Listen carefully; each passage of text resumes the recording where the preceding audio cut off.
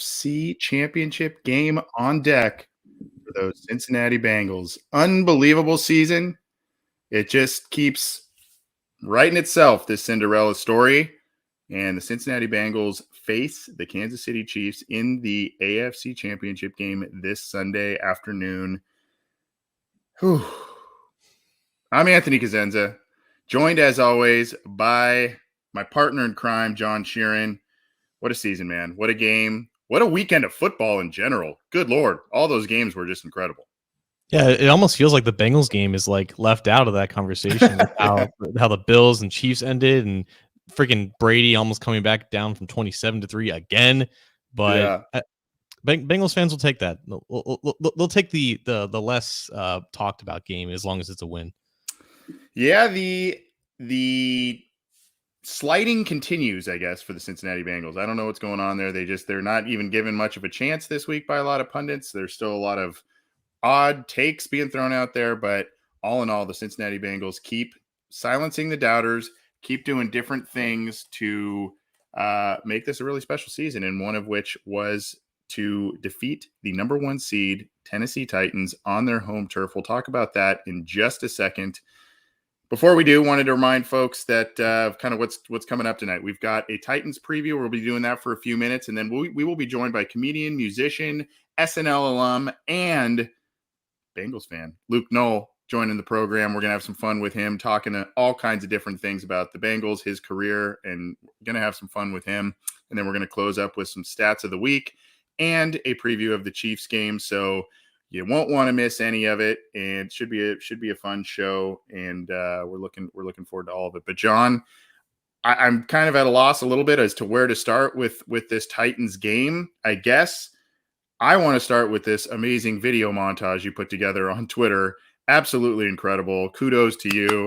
I'm going to give you a nice round of applause there. In case you missed it for whatever reason, John put together an amazing video chronicling some Titans fans on Twitter Spaces that Zim Hude had put together, calling the Bengals a finesse team, whatever that may be. And by the way, that when I hear finesse team, I always think of the movie Swingers with Vince Vaughn and Jon Favreau from the 90s, because they're playing NHLPA hockey on the old school Sega Genesis. And they're playing with the Kings, and there's a funny line about the Kings being a finesse team, and it's an uncomplimentary word, is kind of what they say in that movie. So the Bengals proved, whatever that finesse team means, John, that they are not a finesse team, and they can beat teams a number of different ways based on what the other team's giving them or not giving them. You know what it sounds like to me? Well, growing up, like playing Madden, like players have different attributes, and like pass rushers, defensive linemen, they'll have like power moves and finesse moves. And I remember like for like a Carlos Dunlap, he was more of a finesse guy, right? Because he had bend, didn't really have that much power. Like Geno Atkins had power moves. And I feel like that was just in like the Titans fans' mind, like, oh, like the Bengals, they're fast, they score in flashy ways and whatnot, and they have good defensive backs. They're quote unquote finesse. And that didn't make any sense to me, because one, there are no finesse teams in the NFL. It's the NFL. There are physical teams, and there are teams that are slightly less physical because they don't have bigger, faster, slightly stronger athletes. But this is all the top 1 percentile football players in the world. Like, if you are not physical in the NFL, you will not lose, or you will not win any games. I don't care what division you come from. So the whole thing was just weird, but it was the physicality of the Bengals defensive line that was really one of the big stories for me. Obviously, the Titans defensive line, obviously physical. We knew that coming into the game. We didn't think they were going to have 9 sacks on just 15 pressures that they had, but we knew that the Bengals defensive line was capable of that performance. They've shown it in various times this year. There have been some moments where they got kind of gashed, but they matched the quote-unquote physicality of the Titans offense and that offensive line. They limited Derrick Henry to maybe like 3.5 yards per carry, and the tone setter of that group, DJ Reader, had one of his best games ever against a team that he has history playing and dominating against when he was with the Houston Texans. And that was one of the big stories of the game. The game was not perfect for either side. Obviously, the Bengals offense was really limited by a lot of the sacks, and the Titans offense was limited by Ryan Tannehill. And when it came down to it, the Titans They had their formula. They had their predictable game plan, the game plan that was supposed to run the Bengals over, and that didn't happen. The Bengals defense ended up stepping up and making plays. And even though he was sacked 9 times, again, 9 times on like only 15 or so pressures, he wasn't pressured all the game, but when he was sacked. And just when they needed time, they needed one clean pocket to get 20 yards.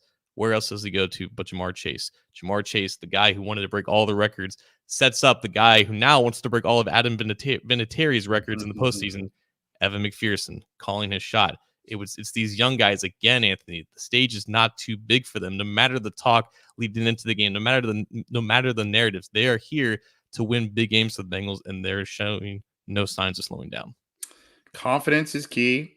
And you know what else is?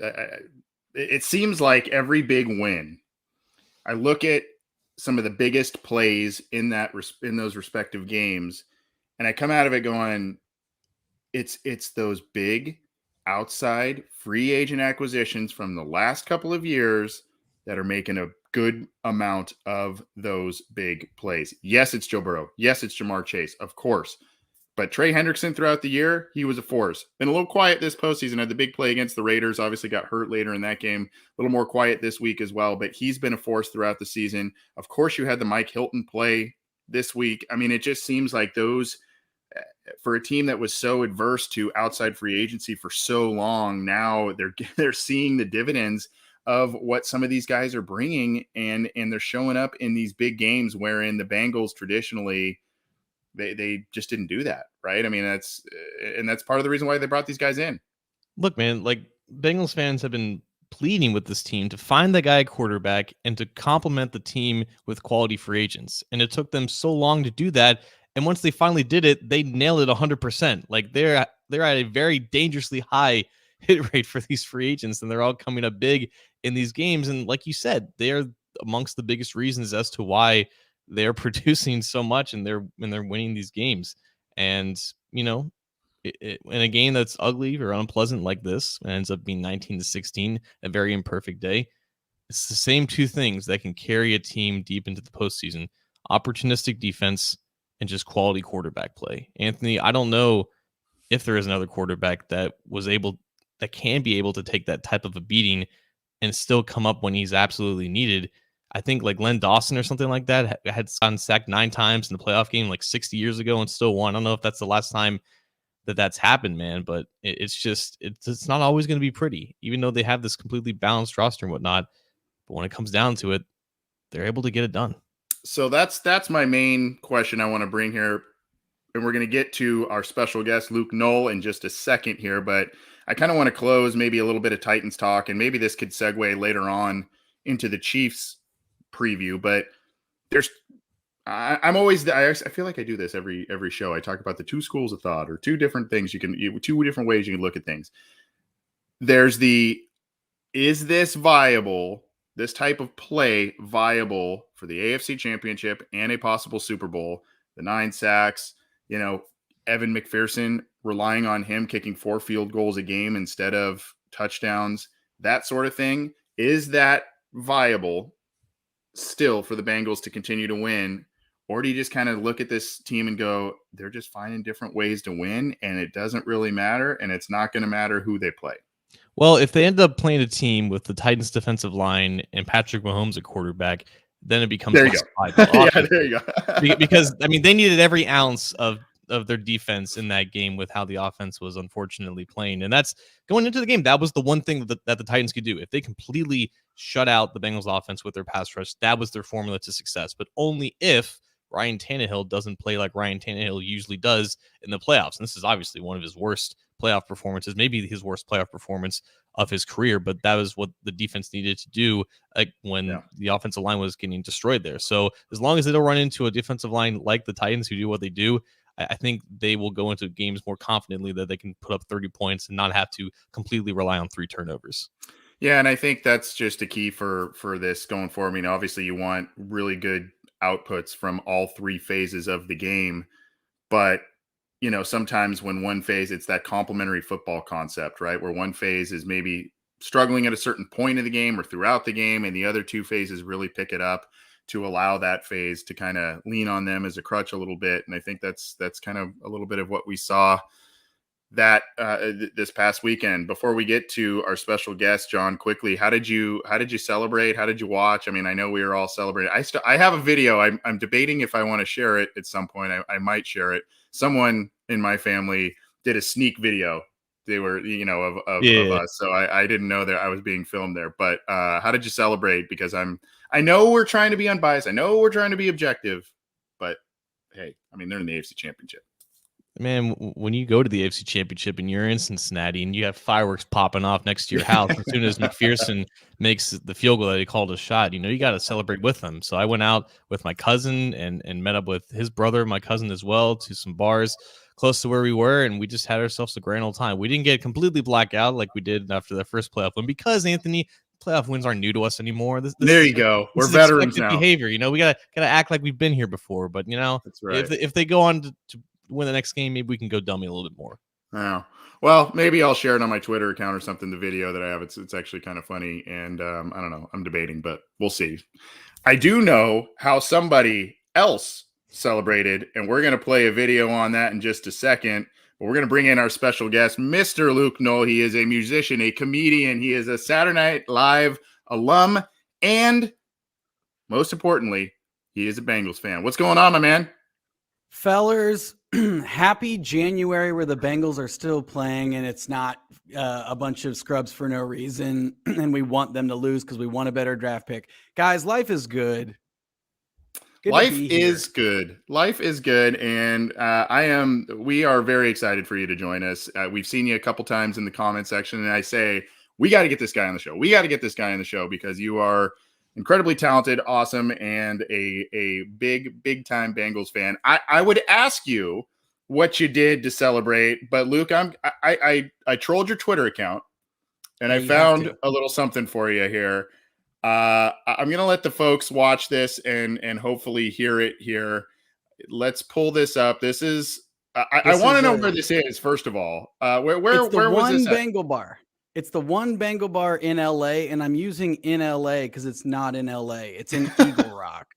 So Eagle Rock, the 5 Line Tavern, there were Bengal fans down down the block. They had to turn people away. I felt so bad. I'm like, let these sweaty people in here.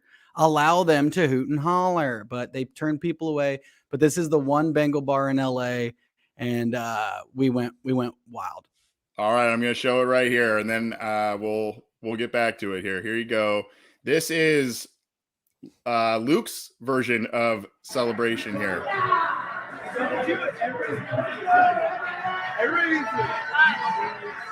Please. Shooter! Please. You got to yell at him. 4 seconds on the clock. You're hearing Iron Eagle back there. Yeah, you got to give him the spin. Let him know we're at the bar. A lot of people there. Good amount. They turn people away. Come on. You can't see it, but I can. I don't know why I felt the need to include that. Your jacket's incredible, by the way.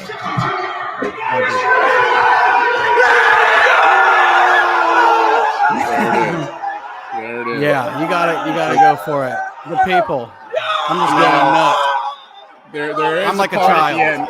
I know there's a part. The best part's at the very end. I'm debating if I wanna play it on air or not because there may not be little ears here. I'm hugging people I don't know. I don't know that guy. You don't know that guy? This is my butt here. Okay, all right. The people needed to know. Sometimes you just gotta be honest with the folks. Yeah, well, that's awesome, man. I think that answers the question, though. The Bengals player that exudes the most sexual energy is probably Evan McPherson, though. I mean, it's hard. It's hard to take that away from him, especially going on Pat McAfee today and being like, pick up that ball in the front and read me the records. I was like, dude, I love this kid so much. I am one of the people that tried to get a Money Mac jersey, like all the way 100%. But I don't want, I know they're all sold out right now, but I want, every year I buy one. I buy one every year just because you got to support the boys. So this is my T. It's my T Higgs. But I think I want a Money Mac. I want a shooter jersey, but I want it in orange. I want the new look orange jersey. You know what I mean? Okay. And I assume that Money Mac's going to be sold out for like 6 months or something. But. Yeah, they were talking about it on the herd today that they're out of the jerseys. They're even out of the jerseys that you can customize and put his number and name on it if you wanted to do the blank ones. So they're all sold out of that stuff, which is pretty incredible. Luke, for those of us who have followed your career and whatnot, tell us how you became a Bengals fan and maybe some of your favorite players and I don't know, some of your best. I mean, I would assume that what we just played was one of your best memories as a Bengals fan, but give us a little background here. I think you guys were right, though. The previous week was like as good and as excited as I was there. The previous week against the Raiders, it was like really cathartic. Like it was like 10 times that because they didn't know to turn people away last week. Like they did not know that it was going to be fully jammed. So it was like way more people in there. And it was just like people like crying. And it was just like, it was a big family of strangers, but we were all just loving it together. But I mean, I grew up in Cincinnati. I went to Lakota East and grew up a Bengal fan, just took the gut punches. I think it's crazy when I go to the Bengal bar here in LA now and I ask people, because I assume like if you're going to root for this franchise up until this year, come on now, like bandwagon, we got plenty of room now. But back in the even a few years ago, it's like, why would you do this to yourself if you weren't from that patch of dirt, where I'm from, where it's like, and it's funny to hear people in LA being like, yeah, they're my team in Madden and I just locked it down. And I'm like, I love that. I love that so much. But I found myself thinking something about like 10 years ago, right, guys? Like, zoom back to the 2011 Bengals, right? Everybody predicts we're going to go 0-16. There's the lockout. There's no, Andy and AJ's rookie year. We come out of the gate and start out like 3-2, 5-2. I think we started out that season. I could be wrong, but I think we started out pretty well that year. End up scraping together and getting into the playoffs and just getting bodied by the Texans. But I just remembered being like so excited just to be there. You know what I mean? And just to be like, oh my gosh, like the Bengals are in the playoffs. Like this is unreal. This is so exciting. And then I zoom forward to now and it's like, it's really sad looking back at how excited I was just for the experience of losing 31-10, whatever the final score of that first Texans game was. Sounds about right. It was bad. Yeah. 31-17 or something. I don't even know if we scored that much. I don't think we did. It was bad. But I just remember being like, man, I really was happy with just breadcrumbs. And now that we've had something to eat, come on now. And everybody's crying about how the national media, because I'm sure you guys are watching everything just like me. Like, I'm watching I'm searching way too much on Twitter for indirects and stuff. I'm like trying to see everything there is out there. And I'm like, it's funny how many Bengal fans are like bummed that the national media is sleeping on us, where I'm like, guys, we want to be slept on. The minute that they start pumping the Bengals, like next year, there's going to be a lot of hype and our schedule is going to be crazy because we're going to play a first place schedule. It's like, let's just soak it in. We want them to sleep on us. There's no way we're giving up 9 sacks again. Like, it's not going to happen. You know what I mean? Like they got us 4 times in week 17 where it's like, that sounds about right. And we can still beat you. We can still put up 34 points with taking 4 sacks. Like, come on, sleep on us. Continue to sleep on us. So maybe your answer will be that week 17 game where Burrow was sacked 4 times, but they still scored 34 points. Luke, like as far as verified people on Twitter who acknowledge themselves as Bengals fans, like you're very, I would say, self-deprecating. No, exactly. Like of all the one people that are verified and acknowledge that they're Bengals fans, you're very self-deprecating with your fandom. You know, you're a comedian. Obviously, you find joy in suffering and humor in just suffering and whatnot. Just this season, though, like with how it unfolded, and there were so many moments to pick from. Where was that light switch flicked for you? That like, oh, this team is legit, and I cannot just be joking about them anymore. Like they could actually do something. We hit that stretch after, and I'm saying we because come on, guys, we're part of it. They You're couldn't suited have done up. it without. I mean, I'm you're suited up up. tonight. So, yeah, there you go. I got I mean, this guy. I think this is the game right here because clearly they're gonna be salty about getting burned for 266 yards against Jamar Chase the first time. It's all about T. Higgins in the AFC Championship game. But I think it's that stretch right after the bye where I feel like Marvin Lewis's Bengals, even when we were going to the playoffs for 5 straight years, we always came out sleepy after the bye. And it always looked like, you know what I mean? Like they never came out like, I feel like all 5 of those playoff years, every one of them felt like we were basically limping to the finish. That's not the case if you go back and look at some of those years, but it never felt like we were surging at the right time.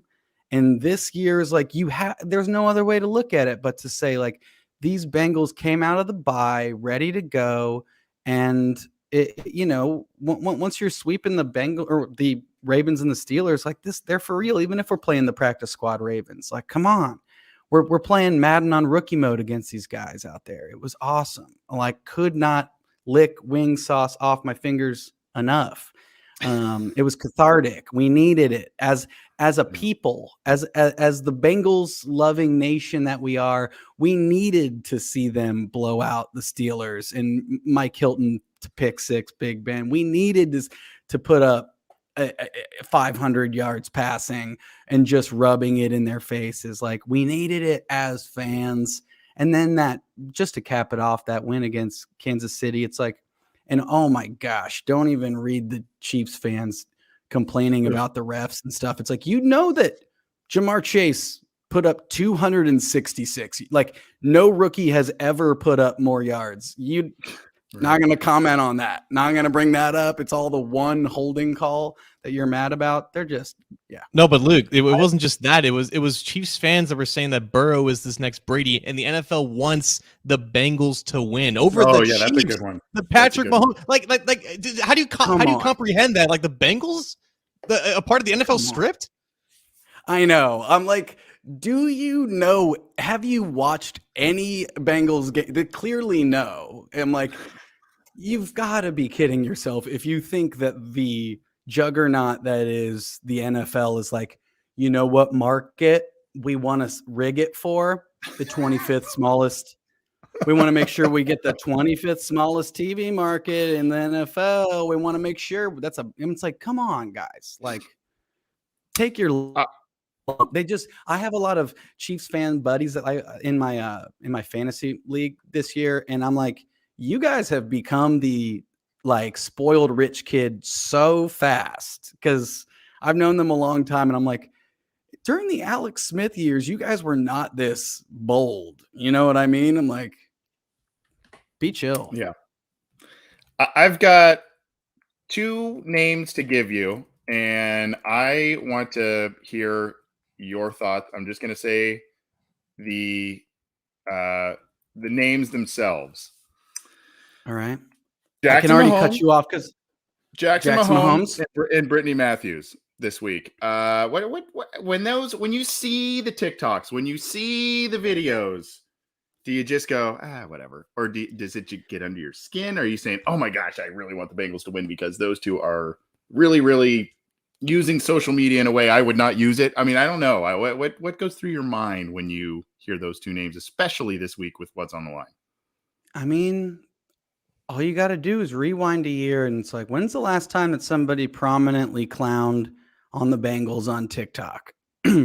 Juju Smith-Schuster, and he got absolutely wrecked, and a lot of really great memes off of him getting just hit sticked by Von Bell. Like, oh, I say bring it, give it to us. Like, keep it up. It's gonna make it this much funnier when the Bengals win, and people are not going to know what to do. And I hope it ends on some weird bad ref call. I hope it won't, but like, I hope it does just so that they can cry more. Talking with Luke Knoll, former SNL cast member, now current yes, comedian. I was fired. Well, that's where the former comes in. A lot of people are used to be something, then they're former something because of that. But Luke, I'm actually outnumbered right now because you and Anthony are both now in LA, but obviously Luke here is a Cincinnati guy. But just take me through, like, say in a week's time, the Bengals beat the Chiefs. If that happens, the Super Bowl is in LA. Like, obviously you have a poppin' Bengals bar on the outside of town. How do you imagine like the city of like the metropolis of LA just in flux with like Bengals fans for like that 2 weeks? How do you think that city's going to handle it?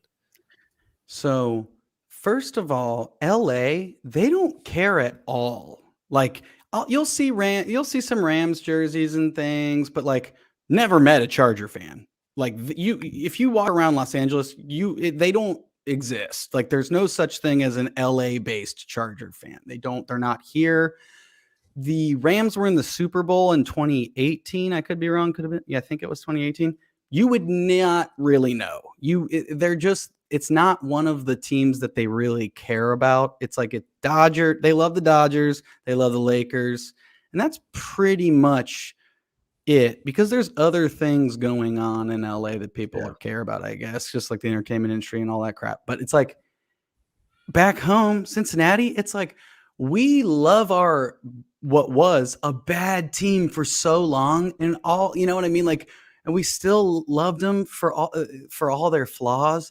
And I cannot imagine, like, when the Bengals win the AFC Championship game at Arrowhead on Sunday, I'm going to lose my mind, right? And I'm actually getting married in New Orleans next Friday, right? So I'm getting married. Thank you guys so much. Love wins in the comment section. Love you guys. My Venmo is no, I'm kidding. But getting married soon. And I've told my blushing bride, I'm like, cause she's from Akron. So her family, that side of is all Brownie fans. So I'm like, they're happy for Ohio right now. They're jealous. You can feel it. They're very jealous. Like almost as jealous as I was last year when they blew out the Steelers in the playoffs. I was seething with jealous rage last year. I was like, oh my God, the Browns got a playoff win before us. I'm going to lose my mind. Thank you so much, Jason. Love you. But I told my blushing bride, I'm like, if the Bengals go to the Super Bowl, I'm going. I know that the tickets right now, because the Rams are still alive and they're still in it, the tickets are insane. They're insane. I think if the Rams, and I'm calling it, I'm thinking 49ers are going to beat them, right? If the 49ers are in it, and let's say the Bengals are in it, I'm hoping that the tickets aren't like absolutely, and they're gonna be, but I'm going and I'm gonna use like our honeymoon money to go, and she's gonna kill me and immediately divorce me. But that's the plan. And I can't imagine the Bengal takeover of LA. I cannot imagine all these Cincinnati folks flocking out here, but it would be so much fun. And like SoFi is a really cool stadium. I've never been, but whenever I see it, I'm like, oh my God, I gotta go. No, I haven't been either, but little known fact about me, I'm going to be celebrating my 10th wedding anniversary later this year. I got married on Bengals bye weekend, dude. So, I mean, yeah, she knew the deal. She knew the deal. It was like, if we're going to have a fall wedding, we got to make sure it falls on a specific weekend wherein. Did you plan that? Oh, 100%. Yeah. 100%. Oh my God. I respect that.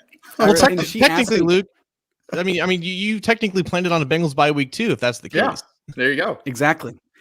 She asked me, like, shudder, because I came home, because I'm not trying to go with you to the zoo that is the Bengals bar. She's like, what week is the Super Bowl?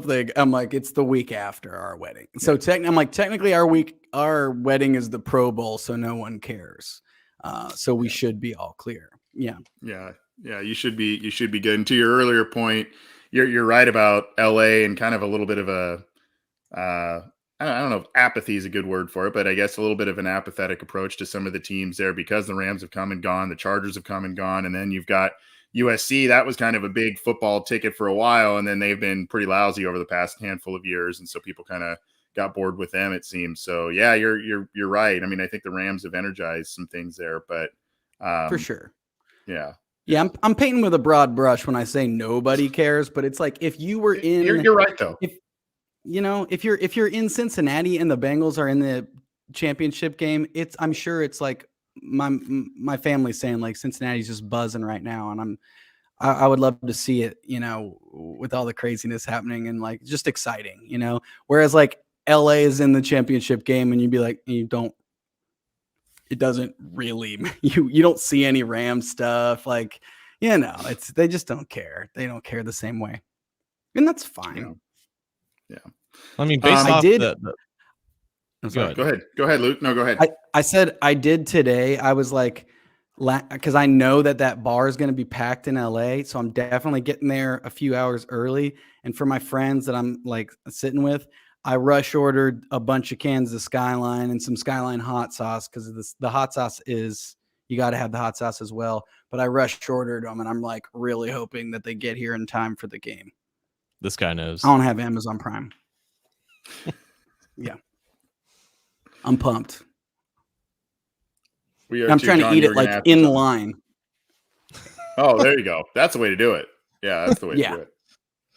I mean, I was just going to say, like, based off the Week 18 matchup between the 49ers and Rams, it almost seems like there's more 49ers fans in LA, but maybe the 49ers fans just travel a little bit more. And I guess the Rams are doing that same thing that the Titans were trying to do to Bengals fans and limiting the ticket window restriction. But it's not going to happen in Kansas City because Arrowhead has no issue selling out their own stadium.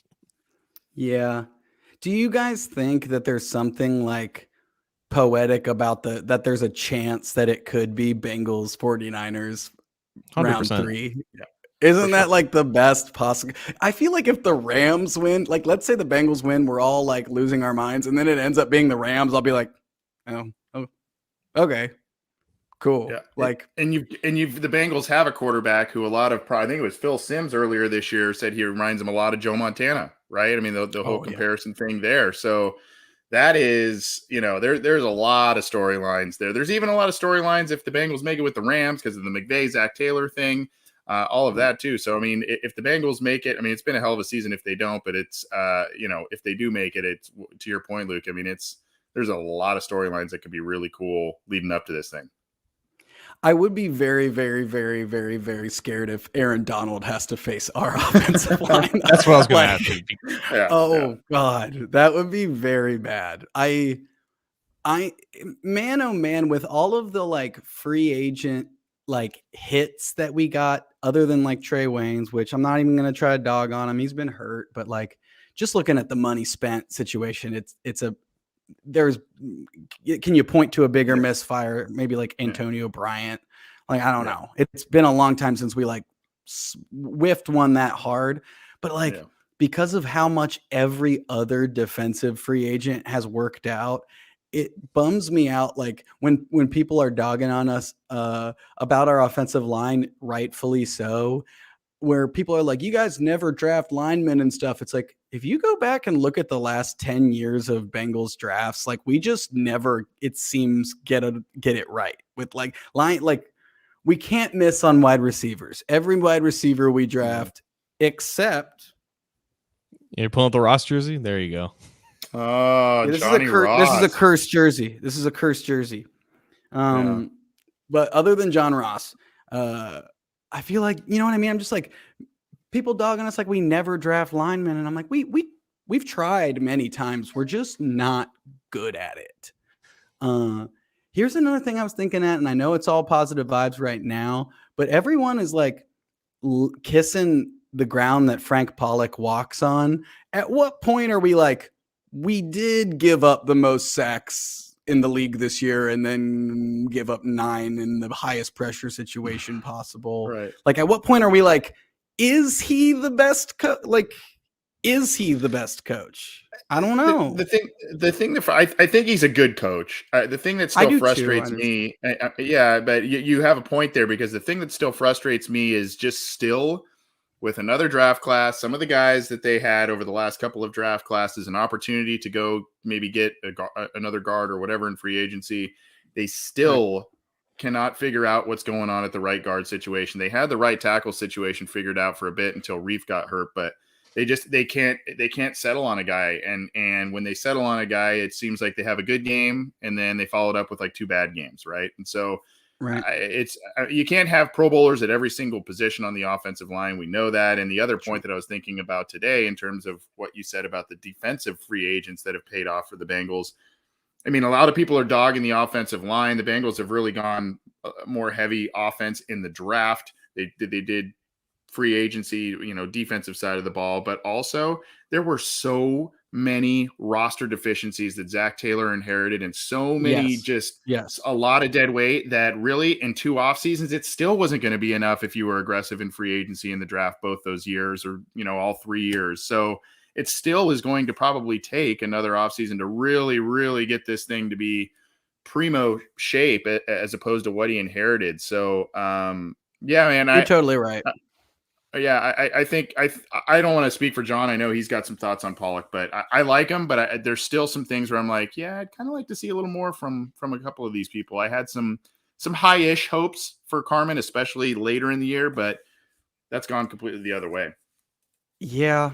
Little bit of a bummer. I mean, I'm not trying to dog on because you can only do so much with the talent that you have here. You know what I mean? Like you can only work with what you have to work with. It just, that Titans game, obviously like Adeniji just got like bodied a few times, just backed right up. And you're just like, oh, buddy.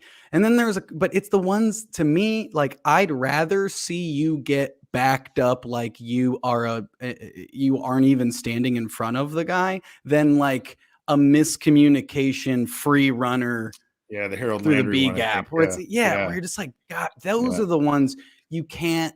That's the stuff that like crowd noise and being at Arrowhead, like you got to get your checks right, guys. Like at least get backed up like you're a rag doll. Well, have the respect. Luke, you know how this goes, man. If the Bengals would have lost to the Titans, then the whole story would be the Bengals let Joe Burrow get sacked 9 times, and then the criticism goes in for Pollock. But the Bengals found a way to win, as they've done for basically most of the second half of the season, and then now we have a game against the Chiefs where it's another obvious must-win situation, and the roster's still not perfect, but you still have number 9 throwing balls to number 85 like you were in there. So in terms of this game, man, what are you thinking? I know you're thinking the Bengals are going to win, but how do you think it's going to go down? All right. This is just me being realistic. You know what I'm saying, guys? Like, this is a truth bomb right here. I'm thinking opening kickoff, they defer. They want the ball at halftime. Totally cool. Kick it off. Chris Evans TD, no problem. Onside kick it. Immediately. I'm kidding. I'm thinking a final score like 100-0 Bengals. They like the commentators don't know how to handle it when it's like 42-0 at halftime. And they're like, we don't know what we're watching right now. Like, I'm kidding. But I think obviously it's going to be tough. It's easy to point to our week 17 matchup and be like, we already got you guys, which is true. And they do need to hear that. But we're at Arrowhead in the postseason now. It's gonna be a tall order. The big thing is like that game in Cincinnati, we dropped 2 picks. If we can get one, if Mike Hilton can hold on to one, if Eli Apple holds on to one of those, just one turnover would be so big in this game. You know what I mean? And I'm not afraid of their run game, even though they did pretty well against us last time. Like, I feel like, I don't know. We're due for like a hit stick fumble on Clyde or something, or whoever the hell's running over there. Sorry, but you know what I mean. Like, it's going to take something like that for sure if the Bengals want to come out on top. Yeah, and hopefully we're not going down 14-0 anymore. But I trust in Joe.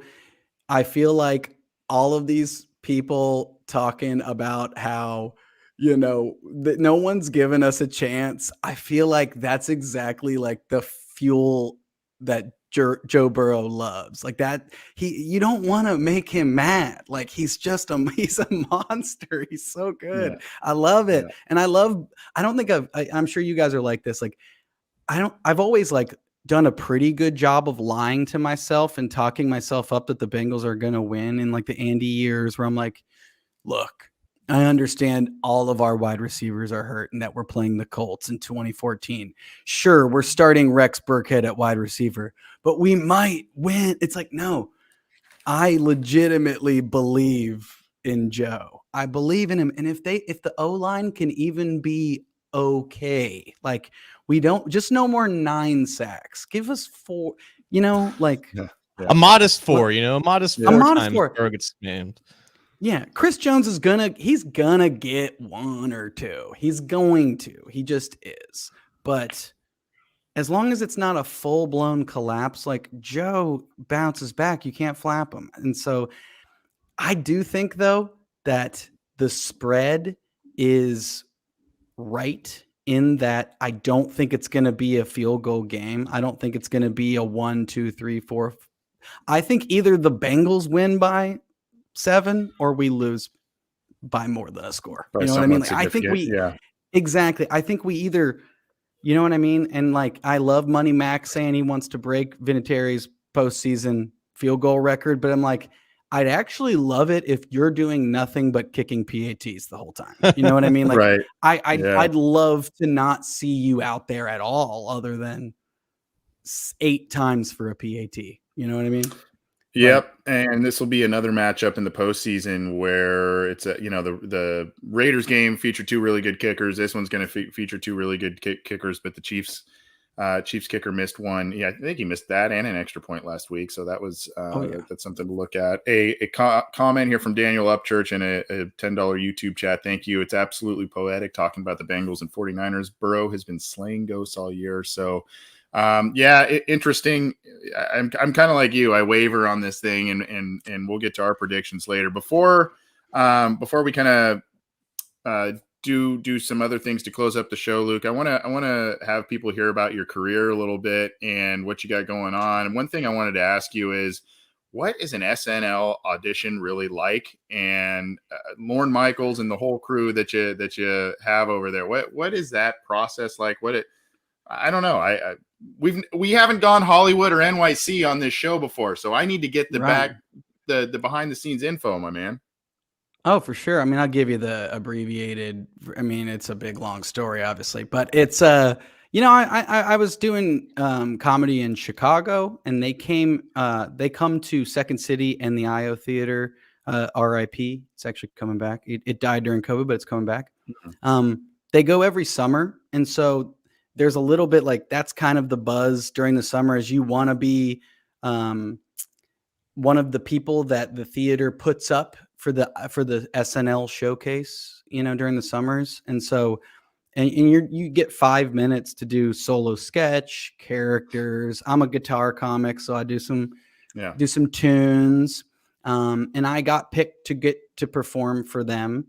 And it's one of the things where when you're in Chicago, they come and see you play a home game, which is kind of funny. And just in this situation, it's really like, you pack it out with all of your friends and family and anyone that would support you. And they know that. They know, like, this is you playing for a crowd that already is into it.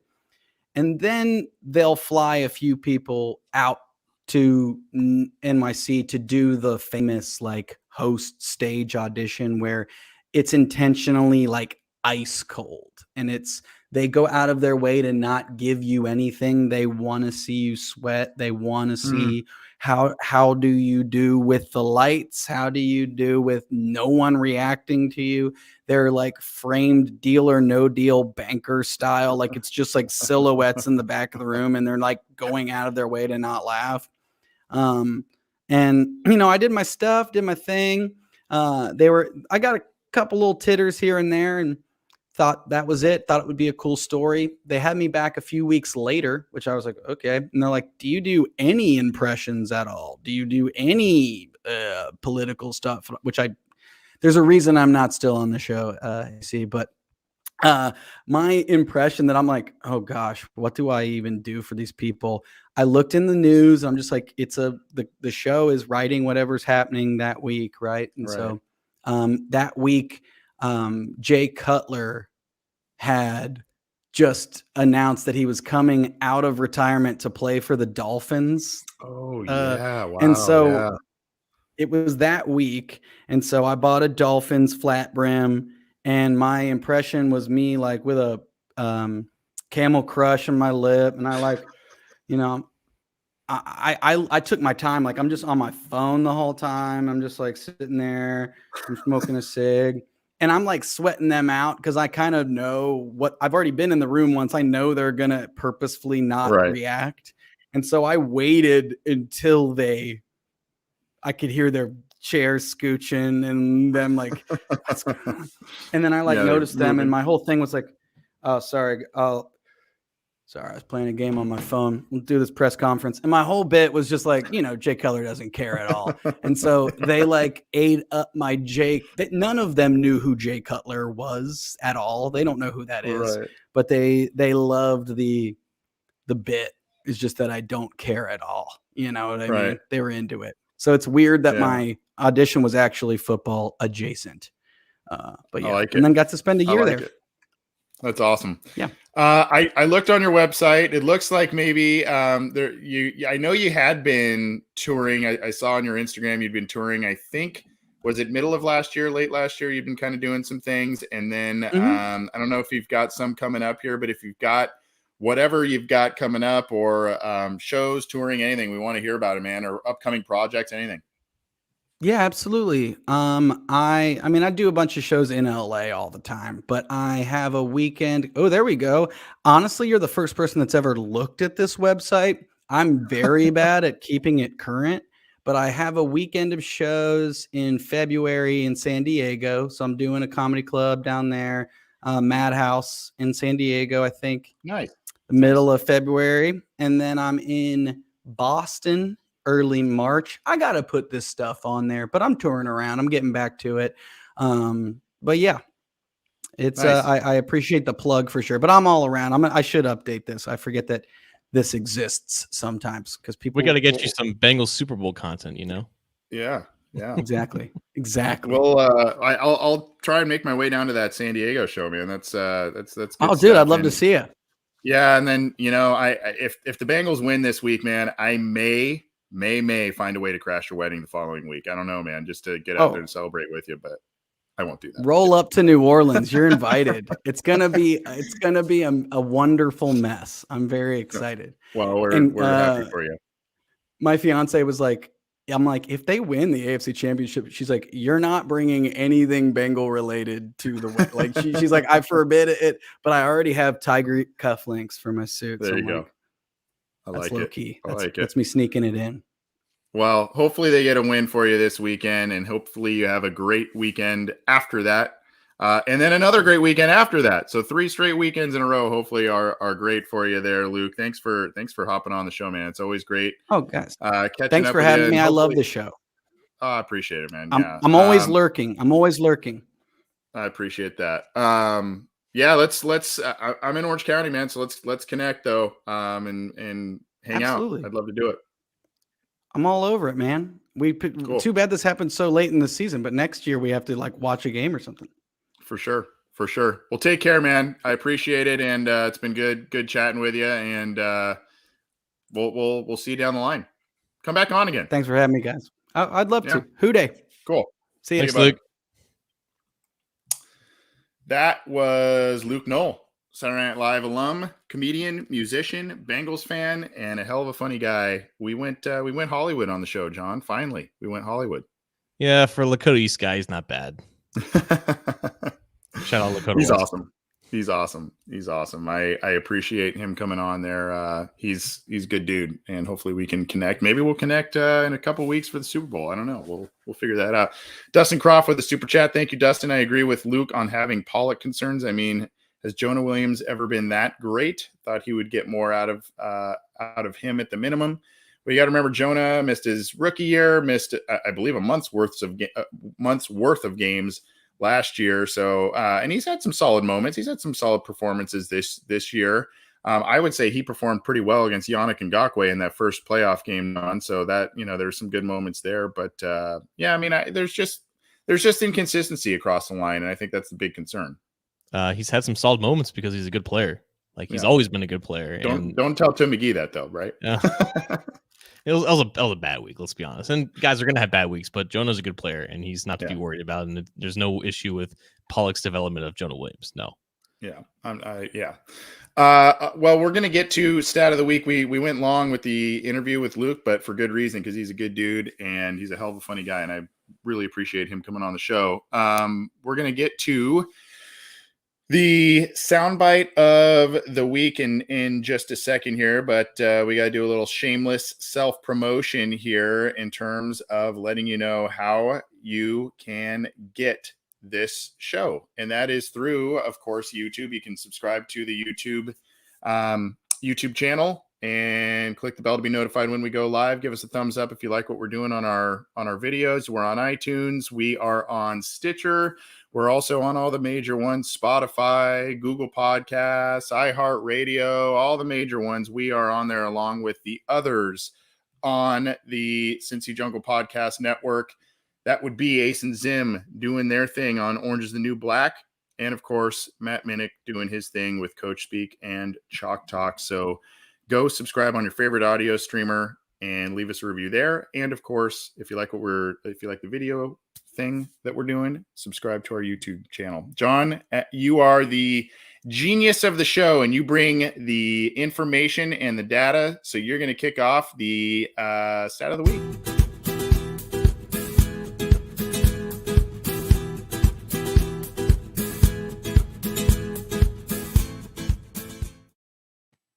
What you got? So this stat of the week I was thinking about earlier in the week, and I ended up making it into an article on Cincy Jungle. The whole theme of the Titans game was the transformation from why not us to it is us, we them, in DJ Reader's words, like we them boys, if you will. And I thought about that, and just the whole thing with why not us is because the Bengals were these big underdogs going into the season and really throughout the season. They've always been doubted, and they will continue to be doubted. And that came from an honest premise. Like the Bengals coming off of these first 2 years of Zach Taylor, I mean, we had conversations about Zach Taylor. Is he even going to make it out of his third season? How many games does he have to win in order to keep his job?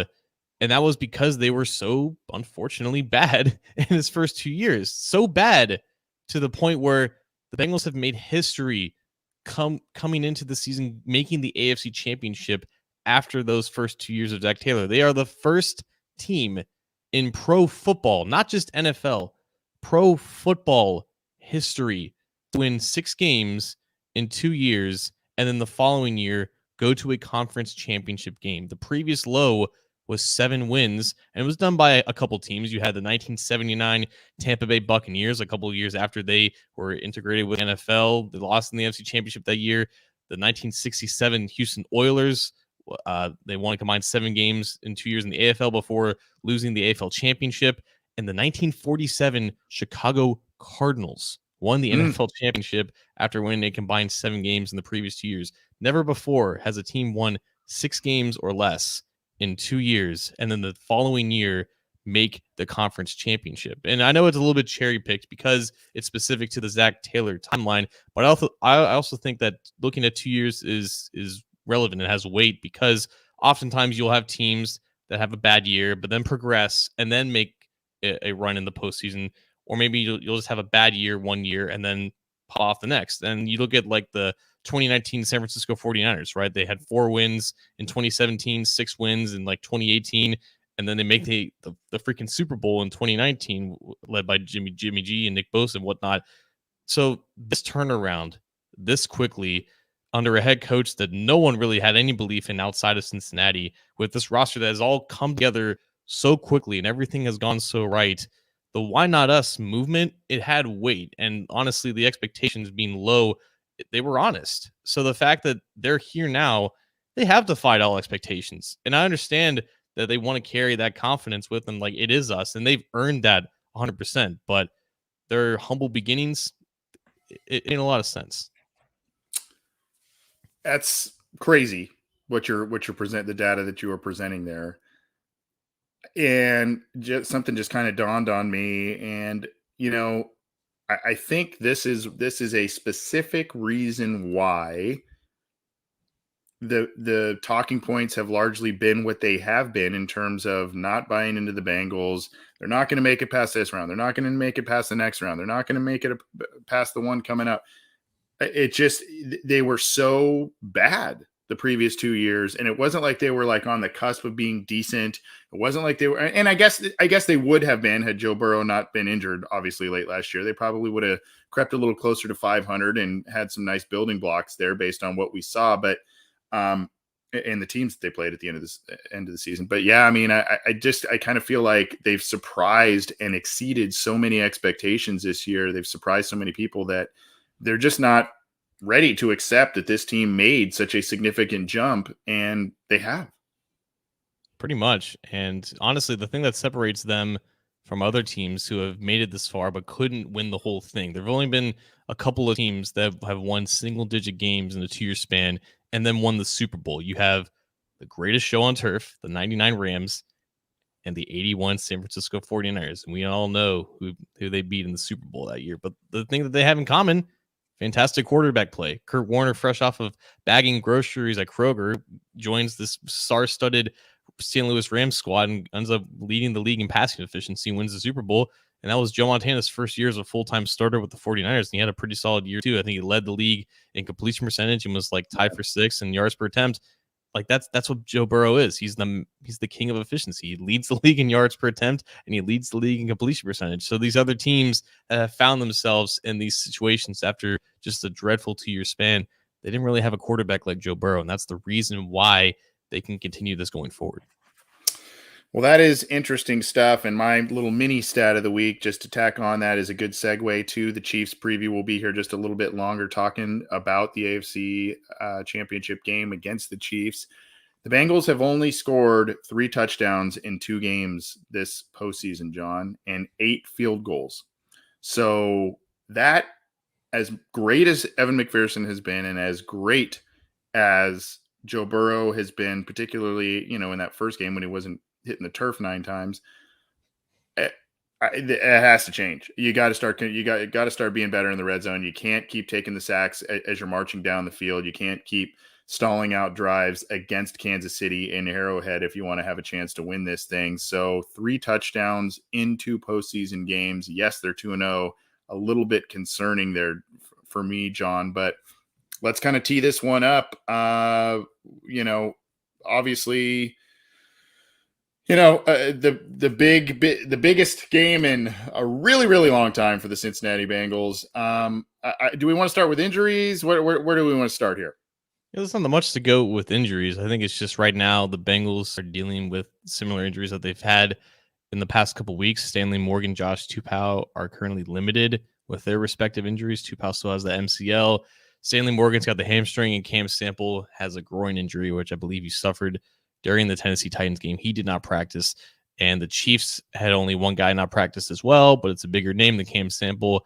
Tyrann Mathieu still in the concussion protocol. He suffered a concussion against the Buffalo Bills. Now there are signs pointing towards him playing, and in all likelihood, he will pass protocol and end up playing. But the fact that he didn't practice Wednesday, I mean, you can compare it to Trey Hendrickson's timeline in the past week, and Hendrickson at least practiced the beginning of last week's practice. So Matthew's a little bit behind schedule, but it sounds like he'll be fine. And then a bunch of players for the Chiefs are still having listed with injuries, but all of them that you can see on the screen: Clyde Edwards-Helaire, Chris Jones, Tyreek Hill, they all practice full. They'll be fine. Yeah, and Fenton was the one that they were also worried about, right? He had been having a back issue for the past few weeks, and looks like he's trending in the right direction for the Chiefs there to kind of have, it's kind of rare that these teams are, I know the Bengals have lost a couple of people, Larry Ogunjobi, Joseph Osai earlier in the year, and a few others, but these teams are, for it being so far into the season, pretty healthy at this point. Well, that's what you have to. Really is just a war of attrition, and the teams that end up making it the furthest, they're not only the best performing teams, but they're the teams that have the most guys to play. And the Titans making it that far after playing 91 guys on their roster, like a league record or something, it's commendable. But this is what the Bengals haven't had in years past, injury luck, and now they have it, and look where they are. So I guess one of the talking points is, when the Bengals, what were the Chiefs when the Bengals knocked them off? Weren't they like 8-0? They started off real poor, and then I think they were 8-0. The Bengals beat them, and you felt really good as from the Bengals side of things about that win. Is this based on the health that we're talking about? I don't think Clyde played in that game against the Bengals, and there are a couple of other players out, but. I mean, is this Chiefs actually right? This Chiefs team, after beating the Bills and getting through the postseason to where they are, is this Chiefs team actually better than the one that the Bengals faced a month ago? They're probably the same, right? Because the Bengals are the only team that has beaten the Chiefs since, I guess, October, when they started that winning streak. I don't feel like they're any different. And we've talked about, like, last week. We weren't really sure what the Titans were going to do defensively. We had a decent idea, but they ended up flipping the script on the Bengals and utilizing a lot more blitzes and whatnot to really confuse the Bengals offensive line. But it kind of seems like the Chiefs, they've been here before. This is their 4th AFC Championship at home. They have a formula that has obviously worked in the past 3 months, and they're not really going to change. They have an identity, and I don't think they're any better or worse than where they were when they came to Paul Brown Stadium on January 2nd. It just kind of feels like they're the Chiefs, and they're going to do what they're going to do because they've had success with that. So it honestly feels like the Bengals can just look at that tape from January 2nd and everything past that, and I don't think you're going to see that much of a different team. Yeah, I mean, I don't think you're going to see that much of a different team. I think the talking point that comes from that is obviously beating who they beat last week and how they beat them. Just an absolutely crazy game. What we've seen from the Bengals, I mean, we talked about Burrow and the rookie McPherson and their confidence and all of that, and they just kind of seem to be unflappable. Big moments, big games, big opponents, the whole thing. Is this just a different animal in that regard for the Bengals and their potential mindset this week? Or do you still foresee that this is just another game? They're going to embrace that underdog mentality that seems to be just an omnipresent thing for them. Or might this moment be a little too big for this young team, do you think? Well, you know what, Anthony? I feel like it's like a combination of two things that work in the Bengals' favor. And I want you to listen to this. It's the Bengals having success against this exact team not even a month ago. So there's confidence in seeing them beat this team before, basically composed in the same exact way, but obviously the stakes are higher. It's a different setting, but they come into this game knowing that they can beat this team because they legitimately did beat them. But now you still have a lot of people doubting them. Obviously, the spread favors the Chiefs. The experts are favoring the Chiefs. The Chiefs have won games like this before. They've gone on to the previous 2 Super Bowls.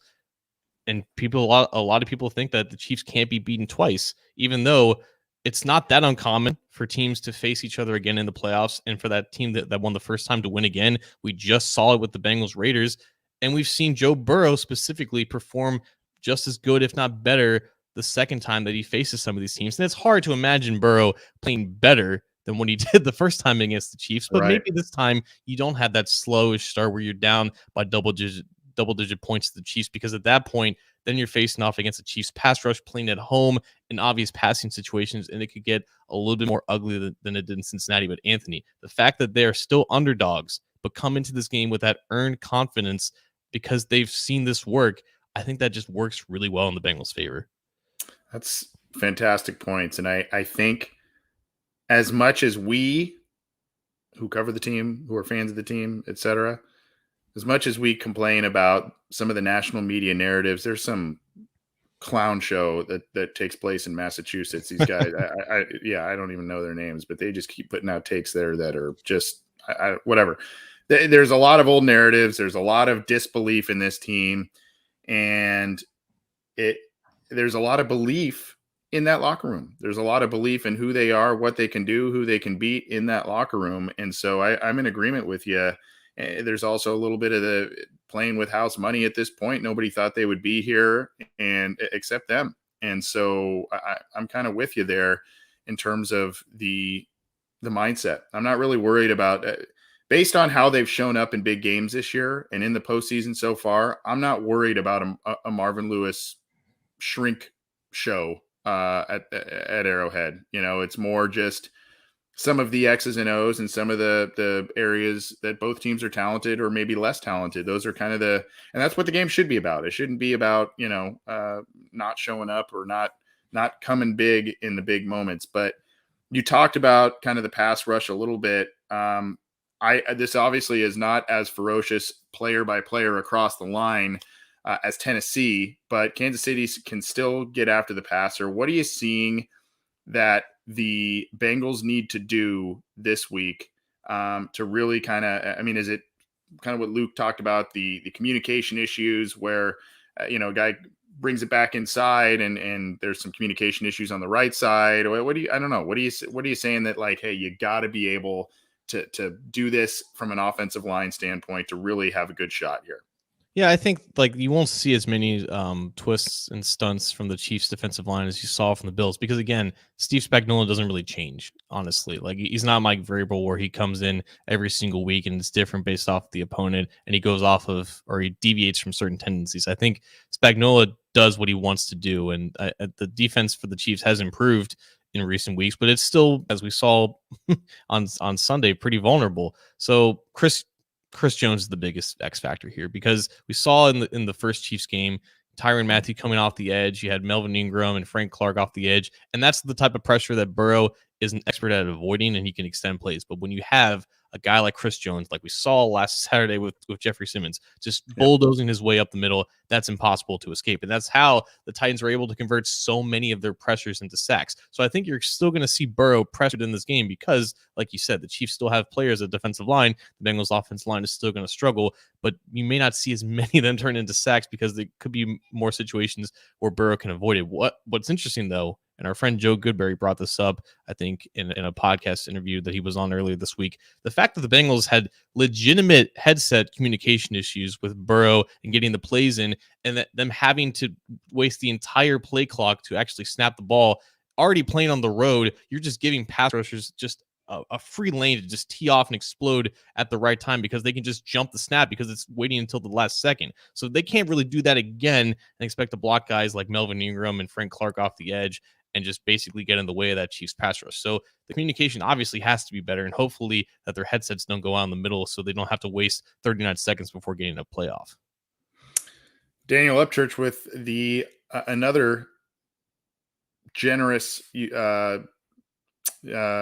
super chat here. Everybody keeps talking about the Chiefs and the Bills crazy scoring, but nobody is talking about both defenses giving up. I mean, I don't know if giving up, maybe giving up points at the end. So many scores at the end, I think, is maybe, I don't want to speak for Daniel, but maybe that's what he's referencing there. The Bengals defense doesn't give up.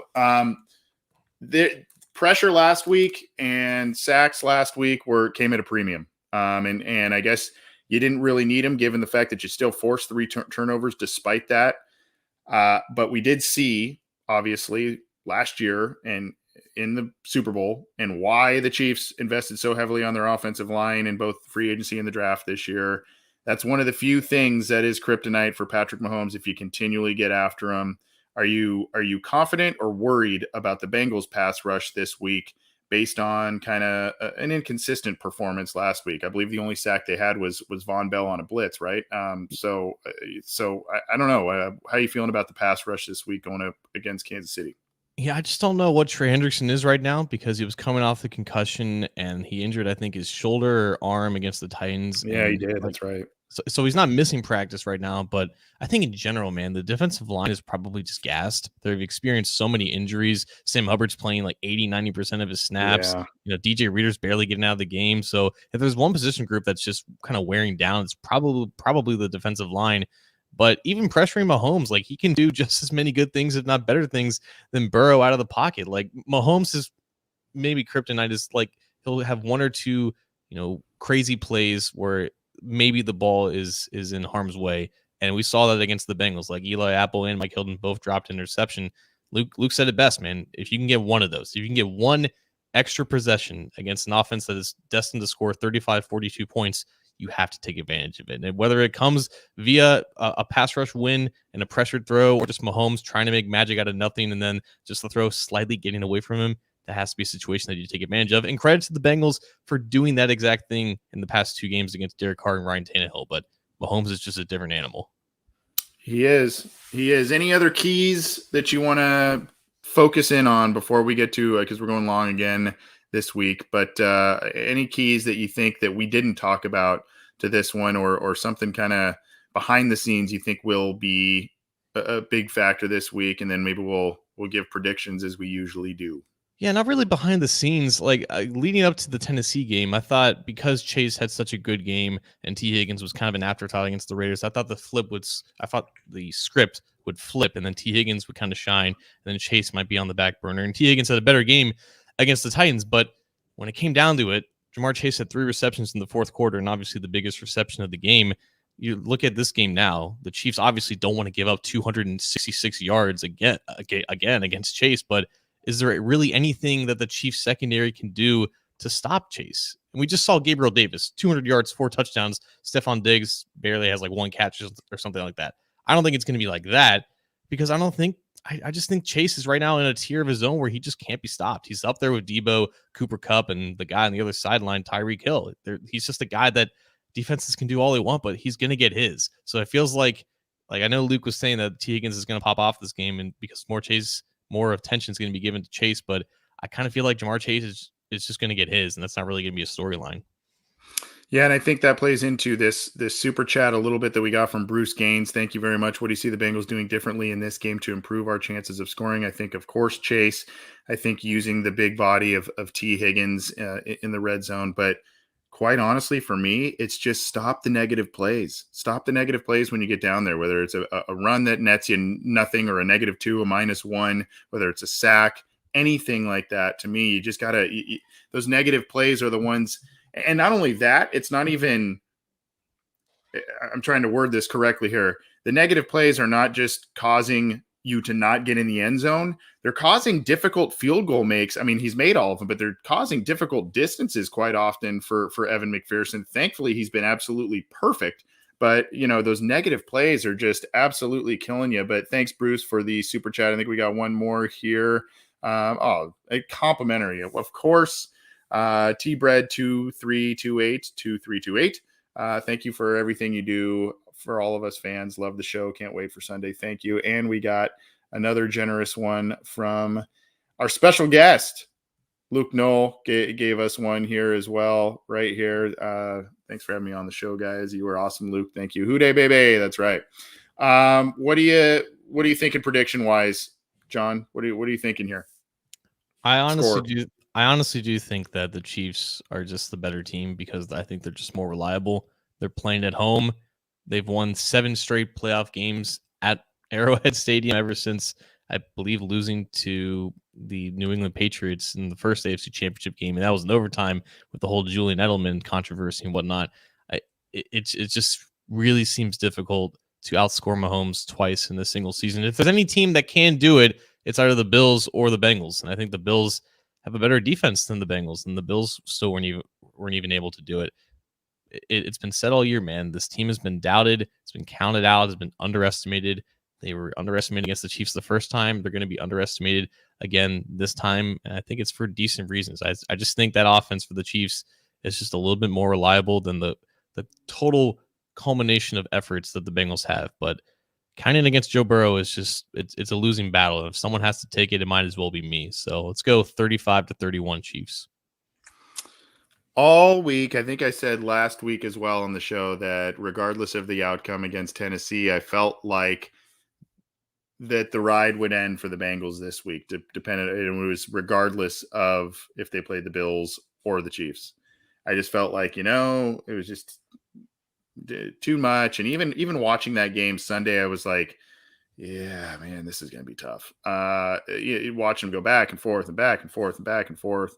And I just, for even, just up until now, I'm just like, I don't know. But like you said, there's just something different about this team. And I everything is telling me, don't pick them. They're not going to win this week. And yet there's just the intangible stuff, the team of destiny stuff. I don't know. I feel like this it's not going to be an easy game. It's not a winnable game. And I don't want to be the hero to you being a villain picking against them, John, but I don't know. There's something that just says they can just make one more play, one more, just enough this week. And I'm going to go 27-26 Bengals. And that really just kind of came to me late today, that I felt, all week, even after the game last week, I said, and I think part of, quite honestly, my mindset changing is a little bit of how the Bengals won that Tennessee game as well. They showed a lot of character in that one and how they pulled that off. I don't know if I truly buy into teams of destiny. I feel like people get kind of lost in that when they just forget that, hey, these teams are just playing better than the others. And that's just the logistical reason that it comes down to. It is intoxicating, though, just with everything lining up. The fact that the 49ers are playing the team in the Rams that they've beaten twice this year, and the Bengals having that chance to play that team again, having the chance to sweep the Chiefs. That's just an impossible task on paper, but everything just going right, everything just clicking. It would be phenomenal to see that unfold. It really would. It would. Let's drop the mic and get out of here. We went long, but for good reason. These have been a epic past few weeks of shows between guests, interviews, and all kinds of different things we've been doing, and we get to keep it rolling all week. John, what do you got for us as we get on out of here? I don't mean to end the show on like a sad note, but I just wanted to give my condolences to Carlos Dunlap and his family. Unfortunately, Carlos Dunlap Sr. passed away earlier this week, I believe, in his hometown in North or South Carolina. I think he was involved in some type of a car accident.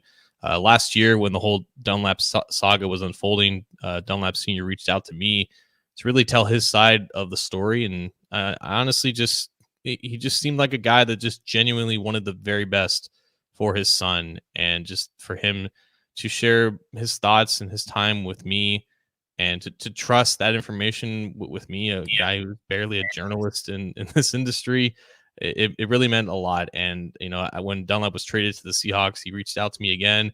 I'm like, I bet you're excited, man. Like, absolutely. And, whatever you need, like, my family is here for you. And then that gratitude really meant a lot to me. And just to know that, he's a fantastic father of Carlos. And I'm just really, really feeling for Carlos at this point. So rest in peace to Carlos Dunlap Sr.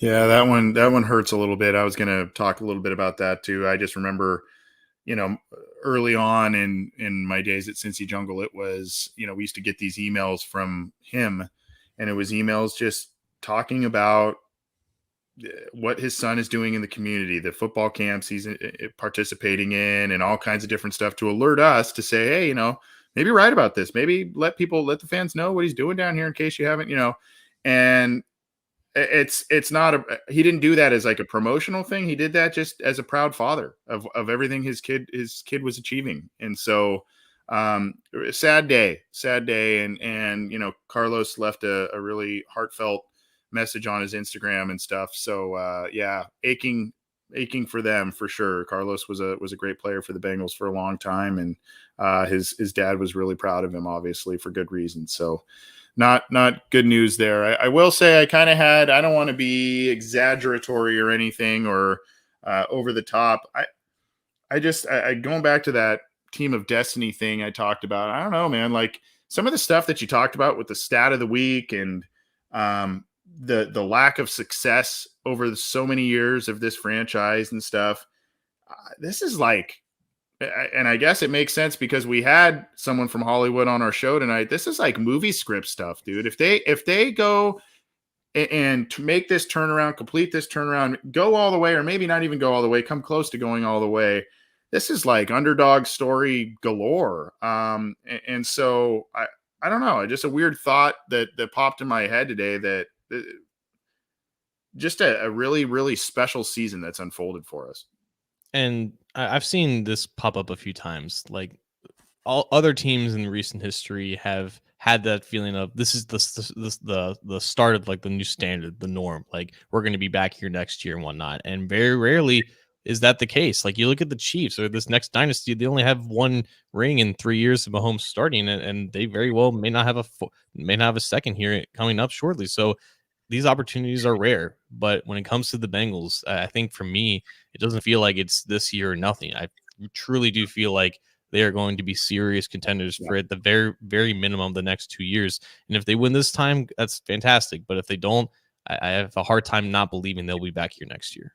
Yeah, maybe not movie stuff, maybe 30 for 30, or I don't know, something like that. It just kind of feels that way, what they've been able to achieve. And I do agree with you that I feel like this is the tip of the iceberg, potential dynasty type of stuff that's going on here. I pinned a comment here from Melanie West in our live Facebook chat saying we are placing our 4 Chiefs versus Bengals tickets on sale. I got COVID. That's why I am selling the tickets. Section 321, row 39, seats 6 through 9. If you need tickets, send me a direct message now. Serious buyers only. I don't want to bombard your inbox, Melanie, but I assume you are looking for someone to take those off your hands. So we want to help you out with that. And of course, you and any other members of your family that may be sick at this point, hopefully you are all doing well, getting better, all of that. But we want to at least try and help you out. So if you are on Facebook and or you're in the live chat right now, go give a message to Melanie West if you're looking for tickets. She's looking to get those off her hands. Get better, Melanie. That's going to do it for us, John. You excited for this weekend, my man? This is going to be a big one. Dude, it's the AFC Championship, and the Bengals are playing in it. Of course I'm excited. Whatever happens, man, this has been a year, a month, past couple weeks to remember for content, but just for memories and just looking back at this now. Like it's cool to just live in the moment. And you know what? Whatever happens Saturday happens. Yeah. Sunday. Sunday. But that's okay. Are you going somewhere? You hanging out at home? How are you watching the game? I think I'm watching it with the 2 best friends that really got me into all this in the first place. The guys that really have been friends my entire life, and they're the reasons why I got involved with the Bengals in the first place. So hopefully going back to where it all started, it ends up in a place where we've never been before. Nice. Was one of them your buddy that I met week 1? No, that was not him. I met him a few years ago in college. Okay. These guys, that's right. These guys know me as the original Bengal John when I was just 7 years old and with curly blonde hair and having a John Kidna jersey in the 2003 season. We go way back. I love it. Yeah, I'll probably just be hanging with some family members as well and doing a little typing and hopefully celebrating. So have fun, John. You as well, Anthony, man. All right. Take it easy, everybody.